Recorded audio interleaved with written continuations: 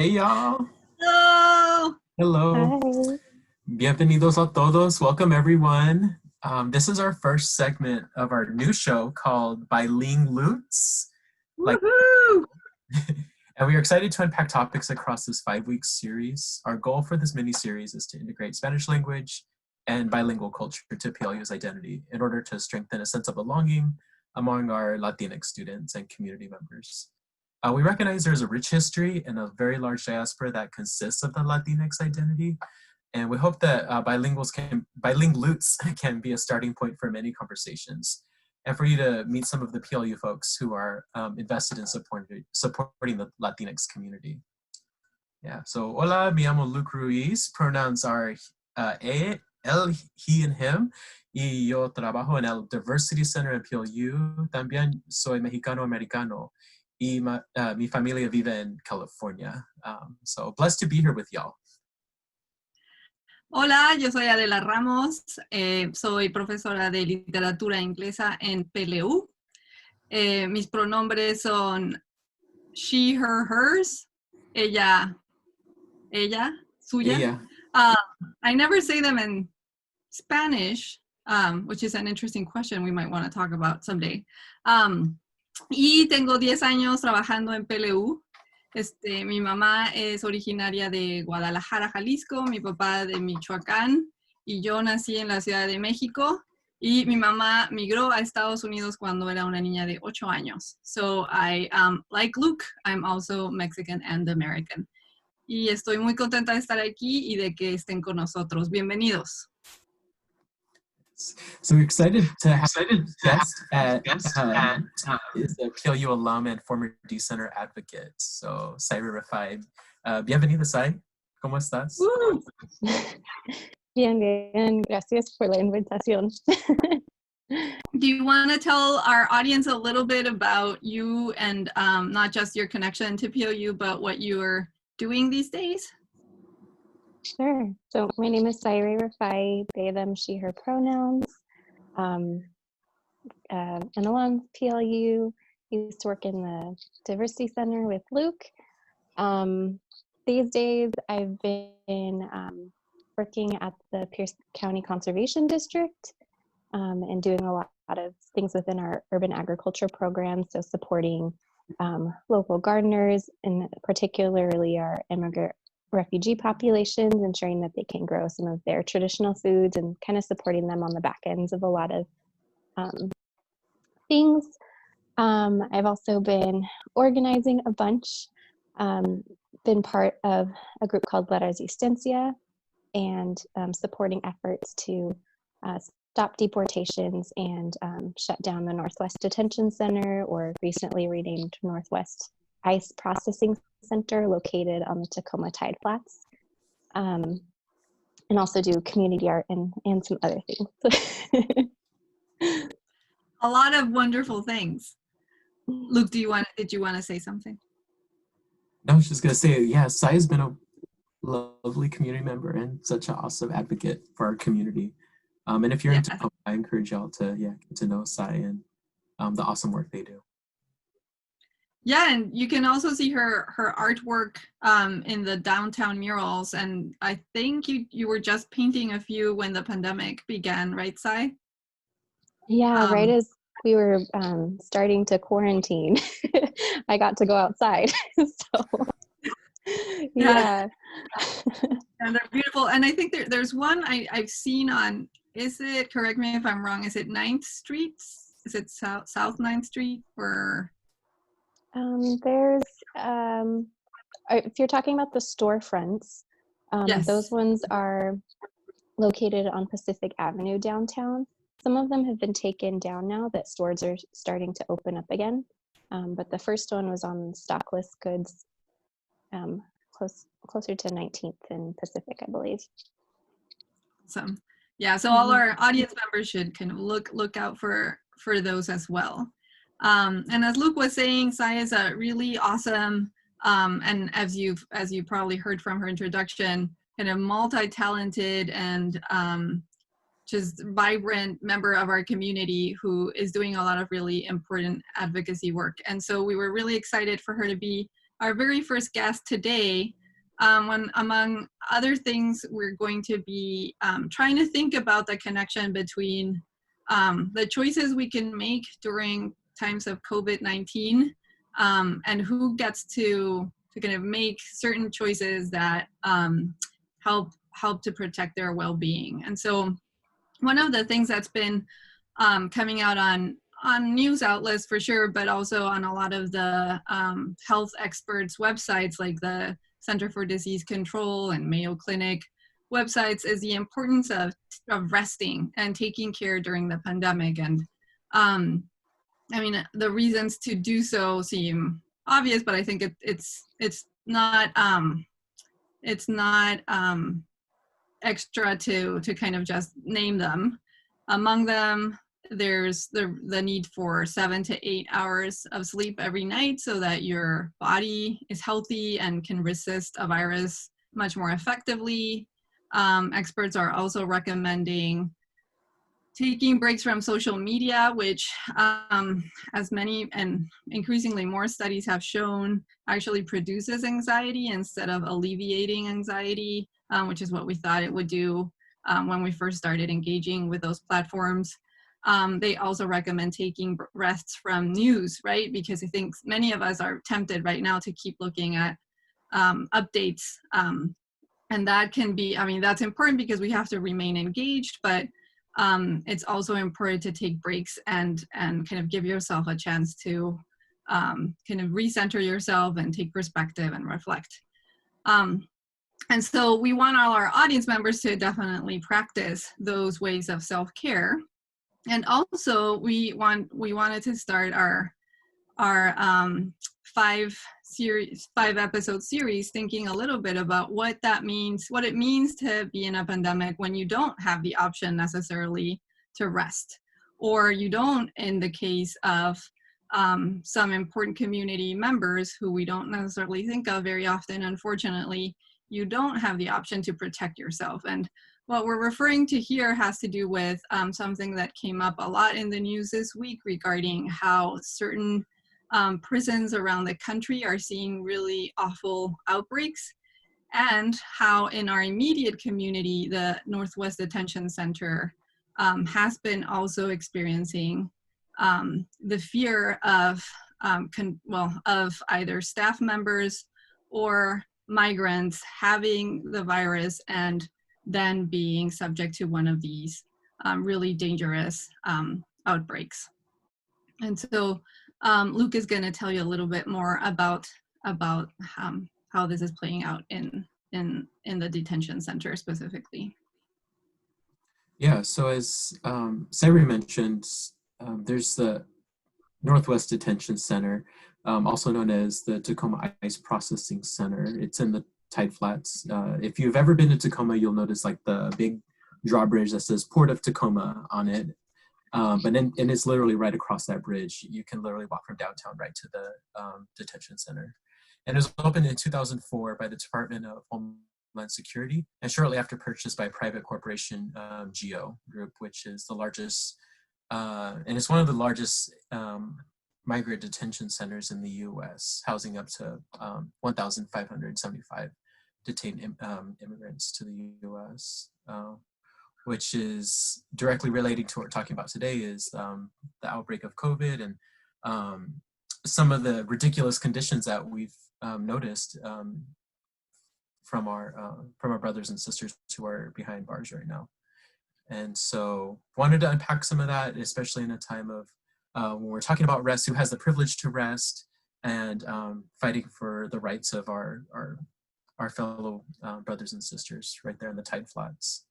And so, yeah, I just wanted to open it up with that, and then, talk about maybe some of the work that Saiyare mentioned earlier about with La Resistencia Northwest, and some of the actions taken with the group, how maybe some of our viewers can understand what's the purpose of the group, what are some actions, how can they follow.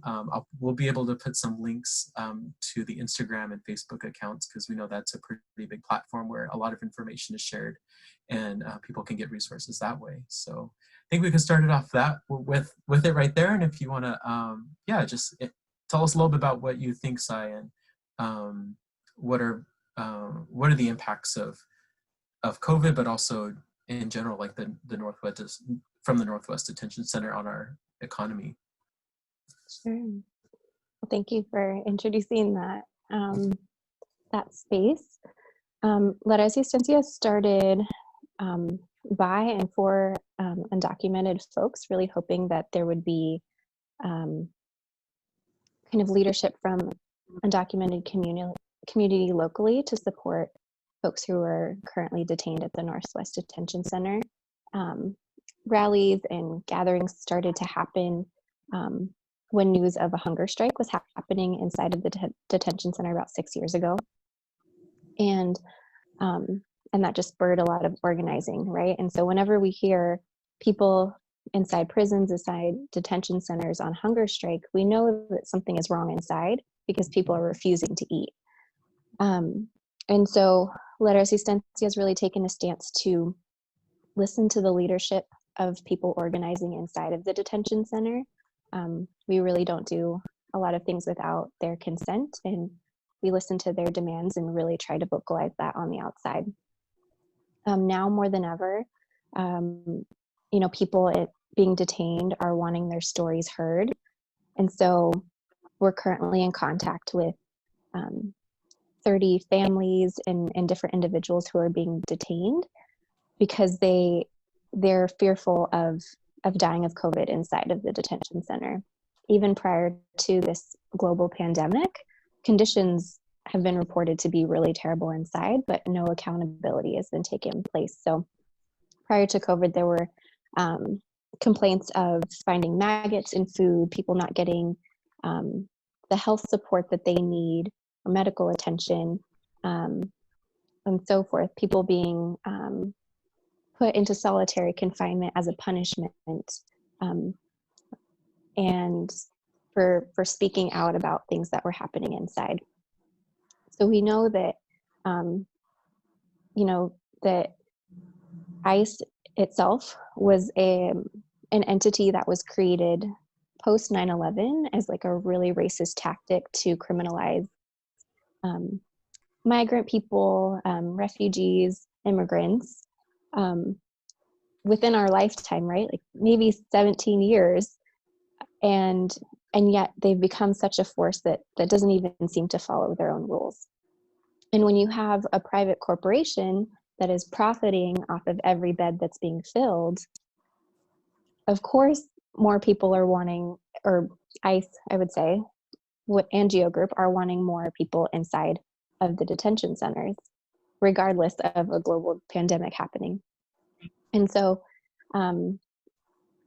right now, La Resistencia, which you can find on Instagram or Facebook, the Instagram handle is La Resistencia Northwest, has been posting this month in particular, almost every other day, video testimonies of people who are willing to risk everything to share their identities, to share their experiences, and really wanting to be free. A lot of people right now are signing to be deported because they would rather go back to a country that they have fled at risk of violence or whatever conditions they may have left, because they're so distrustful of the people in power within these detention centers, who, we've witnessed workers not wearing masks. None of the people being detained are able to social distance or kind of practice safety protocols that have been mandated by our governor. And also there's being a really harmful chemical being used to disinfect everything. It's called Santi 10. And a lot of folks in detention are experiencing rashes, irritations. The chemical label for this is actually labeling it as a pesticide, yet it's being used however often to sanitize within the facility. And we're seeing this throughout the country as well. So some other national organizations I would recommend following too, if you want to see what's happening nationally, is Detention Watch Network, Mi Gente, and then the ACLU has been putting out a lot of information as well. Yeah, thanks for bringing that up. I was actually just going to touch on that too about the Sani T10, because that's such a harmful chemical used inside the detention centers. And although we have access to hand sanitizer and soap, this is not readily available inside, and just dangerous to touch, dangerous to breathe, dangerous to be around in general, which is so ridiculous. But you also brought up a really interesting point that I want to uplift to, is like the some of the people inside are putting their lives at risk and putting their identities at risk to have their voices heard. And that was one of the things I wanted to help with, was maybe a letter or a part of a letter that we can share with the audience today. Since I've noticed some of them were being shared on social media, and that's really awesome that they're, well, I don't know if awesome is the right word, but it's really vulnerable to put yourself out there, because their voice is as heard. And it's really, yeah, it just hurts my heart to read some of the letters, but it's also important to know exactly what's going on, because their voices were silenced in this time. Yeah, if there's one that has that you feel called to read, feel free. Yeah, there's a lot of stories being shared, and you know, and I think it's been an opportunity to really humanize the experiences of people that we kind of just like clump into one thing, and everyone's story is so different, and really heartbreaking to hear. Yeah. So this is just a snippet of one of them, and it's there's a couple hashtags as well that you can follow. So free them all is one of the hashtags that you can check out, and this is just directly from La Resistencia Northwest. Is so, quote, "A lot of our rights are being silenced here. Staff members make detainees feel low and worthless. If we have a complaint, we let the officer know, and all they say is grieve it, and it's so insulting." And another one is saying, like, the medical staff here is a joke, and we complain more about our pain. They give us sleeping pills, which tells me is shut up and sleep. The pain may subside only for a short while, but the medical issue still exists, and that right there is not a right. So having, medical attention not properly addressed is definitely one thing, but then also just the treatment of people inside this space is a whole other issue at hand. So yeah, I think that's really brave for them to put themselves out there, being able to have us read some of their letters and have that public, so people know exactly what's going on in the tight flat Tacoma, to take local action. Yeah, and I think one thing that is important to underscore is that you mentioned, Sai, is how it's a for-profit business, right? And I mean, it's a business, and the fact that even is how the government is now kind of outsourcing its immigration policy, and the way in which it treats migrants is incredibly dangerous, precisely because of everything you've shared today, and what the letters are attesting to, which is that it's bad enough that our government right now isn't taking particularly good care of us, but then when you have a private corporation which is even more removed from people being able to enforce certain human rights and standards within it, things just become what we're seeing right now, right? Which is just completely egregious and immoral violation of their right to be healthy and to be well fed, and to be protected. So we really hope that our listeners today will follow up on all the resources we're providing, so that you can advocate for migrants who are being detained in Tacoma, just a few minutes away from where most of us in this episode today are, and that you can kind of help support and help give voice to their mistreatment. So thank you so much for sharing that. Yes, I go ahead. Yeah, I forgot to mention too, for the last couple of years, I've been serving on Tacoma's Commission on Immigrant and Refugee Affairs. And so I've kind of seen my role is trying to make sure that we keep in mind what's happening at the Northwest Detention Center. And so I chair our subcommittee focused on that. And even within the city, of Tacoma trying to access information from GEO Group and ICE has not been successful. They've really tried to kind of confirm nor deny anything happening inside.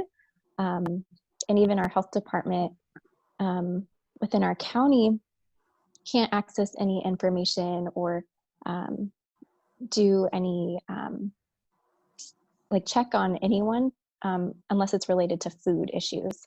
Then the health department can go, but with a scheduled visit, right? So having a corporation kind of take hold of this whole facility has really inhibited a lot of transparency. And so that's what we're striving for right now, is to hopefully have them sharing more publicly, or having the city have more control over that space, because it is a federal entity that is partnering with a corporation.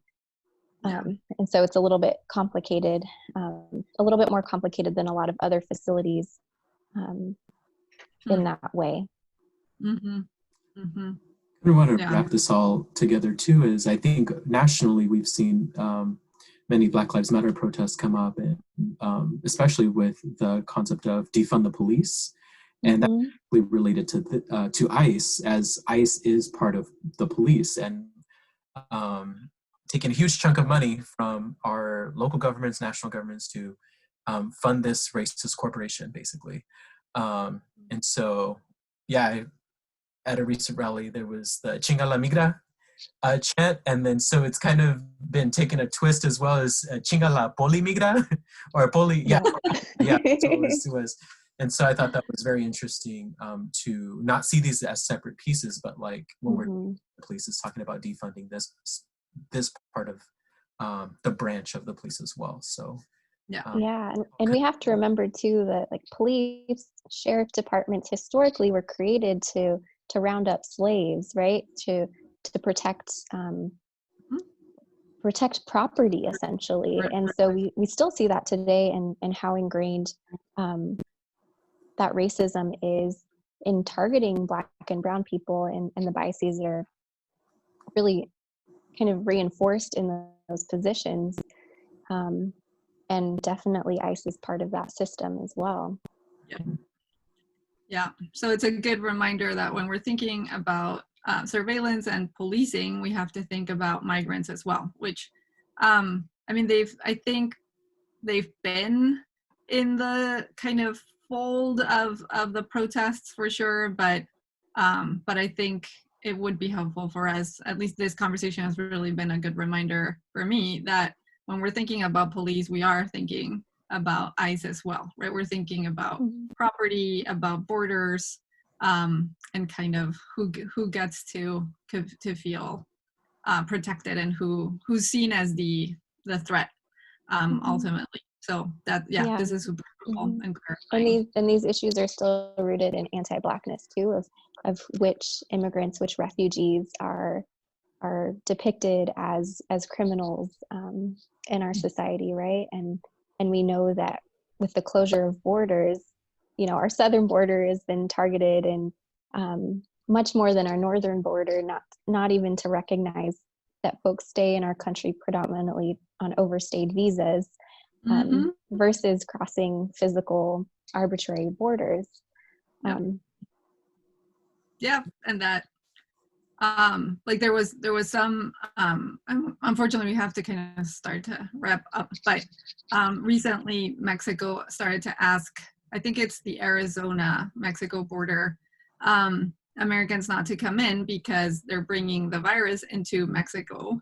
And that's really like, I think that's hard for some people to hear for sure, that request is being made.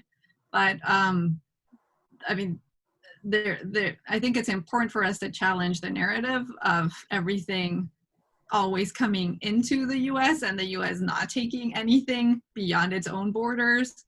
When, I mean, the virus is a really good example of something that got to Mexico in some states through the border, right? U.S. citizens crossing to the Mexican border. So thinking about borders differently, I think is really, it's important to do right now. And currently, even during the pandemic, deportations are still happening, even with the risk and known cases of COVID inside detention centers too. And so, you know, we're seeing like news articles coming out, New York Times and others saying like ICE is also contributing to this global pandemic because they're not respecting any of these, and no one's holding them accountable to this impact. And I forgot to add too, in the post you'll see on Instagram and Facebook, we have a tiny URL. It's www.tinyurl.com/freethemallnwdc, and there's that site will give you different action items, people to contact. So there's lots that we can still do from home. If you can't take to the streets or show up in person, we have action items there as well. Yes, thank you. That's wonderful. Thank you. So as we transition to the last part, this will only be maybe a couple minutes, but we hope to end each segment with like a word of the day or a phrase of the day. And so we asked Saiyare prior to our filming, what is something that they want to share with us, or a phrase that they want to share with us that maybe doesn't translate to English as well or as smooth. So yeah, Saiyare, if you want to share with us what you're thinking. Yeah, initially when this question was posed, I thought of the phrase "está camote," and this is a phrase that I learned when I was studying in Costa Rica for the summer. I learned from one of my host families, and it was described to me as a kind of funny phrase similar to "estás loco," "estás loca," or like "en serio," like kind of this phrase that would like evoke surprise and just like shock in some ways, but kind of silly because it literally translates to like, are you a sweet potato? Are you a yam? Essentially, which doesn't make any sense, and just kind of became a joke for us, to the point like when I left that host family to come back to the States, they even printed that phrase on a shirt for me to take back.